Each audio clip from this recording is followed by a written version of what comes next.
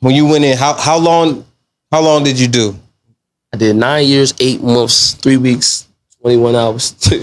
Now, being in there that long, yeah. Does that mentally, do you feel like that mentally makes you not scared to go back? Like, you're not scared of the other side? Like, you know what I'm saying? I'm definitely afraid of it. Because I don't know what the percent was. I was talking to somebody else. Recidivism, 85%, but from the first 5 years, when the niggas do 7 years or better, federally, it's 85% recidivism rate, like going back to prison. You're going back? I'm deathly afraid of going back to prison. Do you think that percentage is that because a person sees it that way? No, I'm afraid. That's what I'm saying. I'm afraid. You are.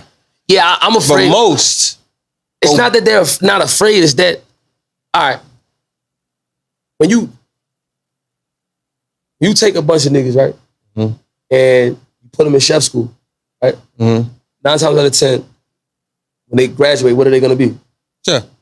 You take a bunch of niggas and you put them in test college so they can get a technical skill.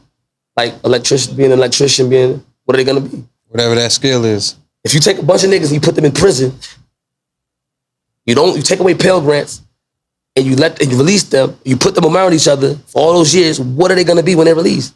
Better criminals. Mm-hmm. Gonna be like niggas ain't, there's no rehabilitation happening. Only rehabilitation happens in prison is what you wanna happen. There is no concerted effort by staff or the government to actually give you skills and tools to become a more readily viable worker in society. That's not what they're doing. They're housing you. They're making sure you're alive, you're working, they're getting paid for you, you're a statistic, you're away from society, you're not endangering people that you would endanger, and that's it. But niggas ain't, if you get used to anything in life, if you condition to deal with it, the threat of it becomes, it's like in your mind, like imagine, I don't know your situation, but a parent trying to beat you now, like smack you, like them threatening you with a pop, they're gonna flick you. It's gonna, relax. You're gonna look at them like, get the fuck out of here.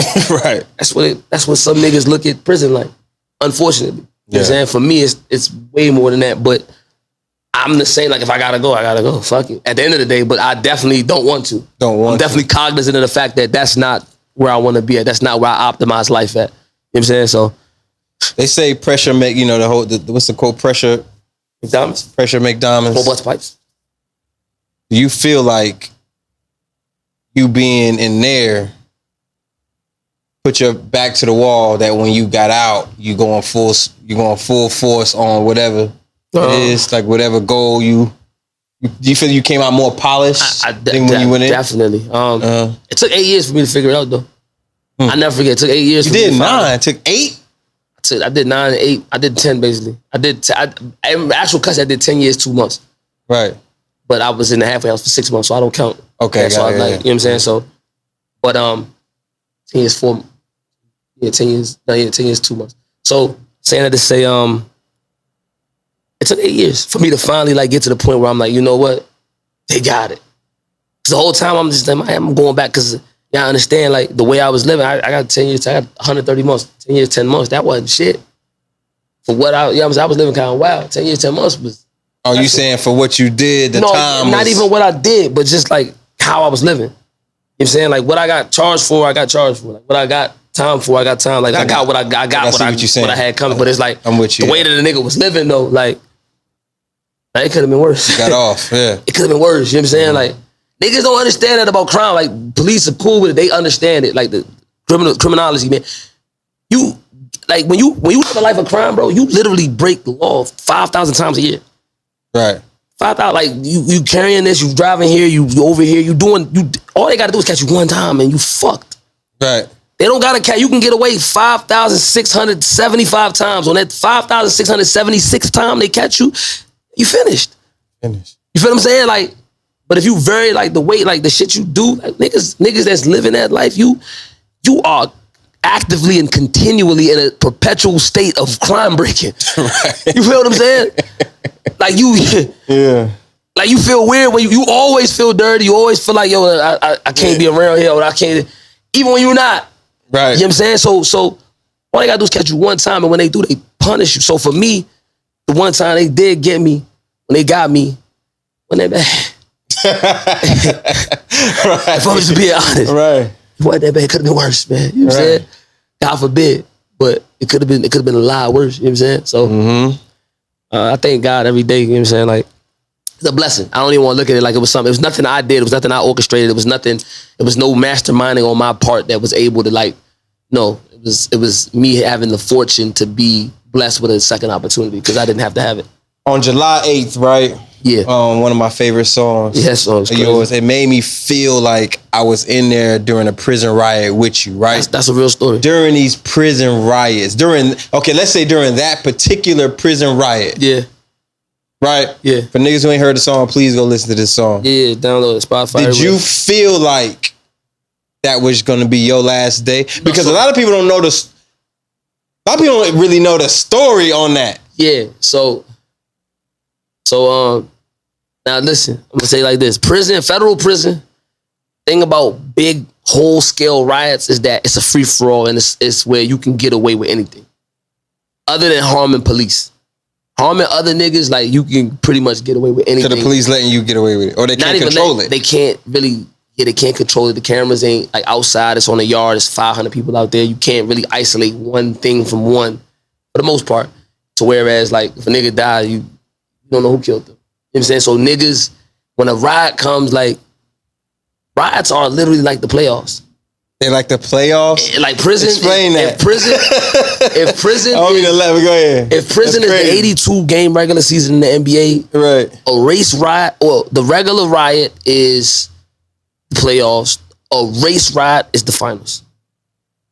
When there's two different races that are into it, whether it be black and white, black and Mexican, Mexican and white, whatever it might be, and those aren't races but nationalities, but you know what I mean. Yeah.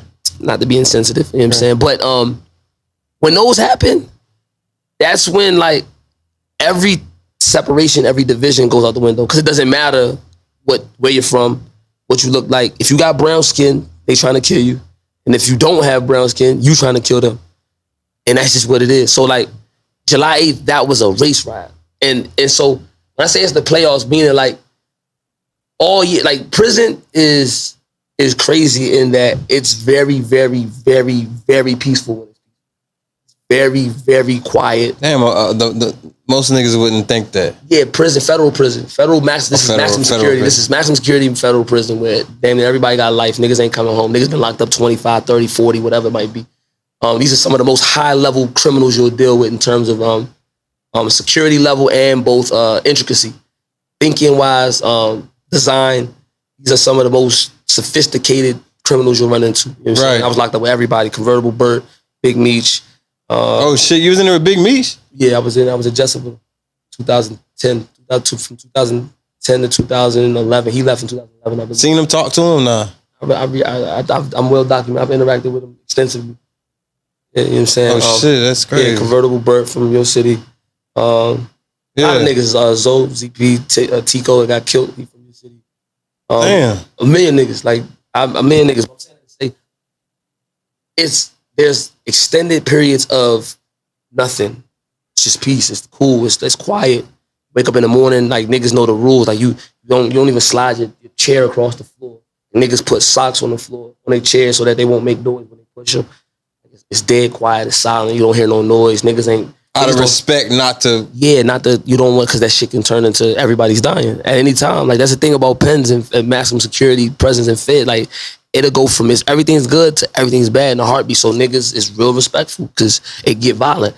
And I'm saying that to say, you can go a 3-month period of that, and then out of nowhere it's lit, and it's a race ride. You know what I'm saying? So for me, July 8th was crazy because that was the day I actually got my date to find out when I was going home, the actual date I was going home. So so they told you going home. Yeah. You're like, oh, bet. I swear, and then morning, boom, a riot happened. My case manager is a nigga named Jack Ryan. He's from Tennessee University. I was at Lee County in Virginia. Yeah. Cool or whatever, big white dude, right? Actually do right. Like he a nigga that he not gonna let you die. Nigga get stabbed, he gonna do everything in his power to make sure you get to the hospital. Like he gonna really clear the way. Yeah. He lets you get phone calls when you ain't got no minutes, whatever it might be. Right.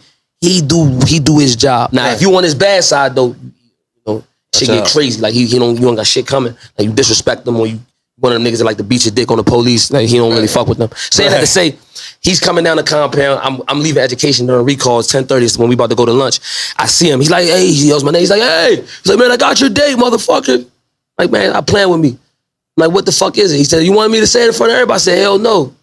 But he comes to the fence. He's like, yo, and he says it. He's like, July 16th, but it's the next year.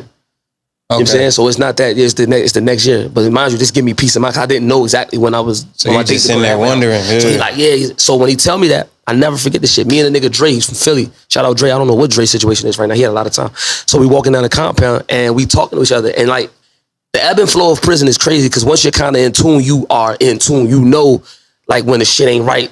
Shit been happening. We've been skating, so we done had a few standoffs, and it been black on Mexican standoffs in a unit about TV. So me and Dre, we walking. I'm like, yo, the nigga just gave me my date. He's like, yeah, he in prison. He know. He didn't even ask me like, when is it? None of that shit. He's just like, is it soon? I'm like, yeah, soon enough. You know what I'm saying?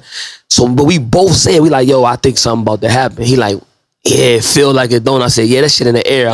I'm like, yo, bro, it been too. Wallahi, the day I'm talking about, we literally walking down the comp. We right. I never forget. We're coming from the education block. We're right under the gun tower. We're getting to, cause we in the same block. We walking back together. And I seen Ryan on the way up and he told me that. So we like, I'm like, yo, it's about something about to happen. That night, we come out 4 o'clock count. I come out, me and my brother Tariq, we pray together and then we do the books on the games because I wasn't playing. He was doing the books on the games. So we go to the chapel and then we come in. Now, mind you, in the song, I mixed 2 riots. So that riot wasn't the one I'm actually, yeah, so that was another riot that actually, in terms of me being involved. Okay. This one, I was in the chapel when it happened. You feel what I'm saying? So like this one, I mixed them. Like I mixed them, but it was a reason why I mixed them. So it was like, you know, it makes for a better song than me saying I watched it from the chapel. Yeah. Like so, but it's crazy. So we go in the chapel to pray, and when we go in the chapel to pray, they usually let us back out. Before they let us back out, we hear a nigga on the loudspeaker like, lock in, he panicking.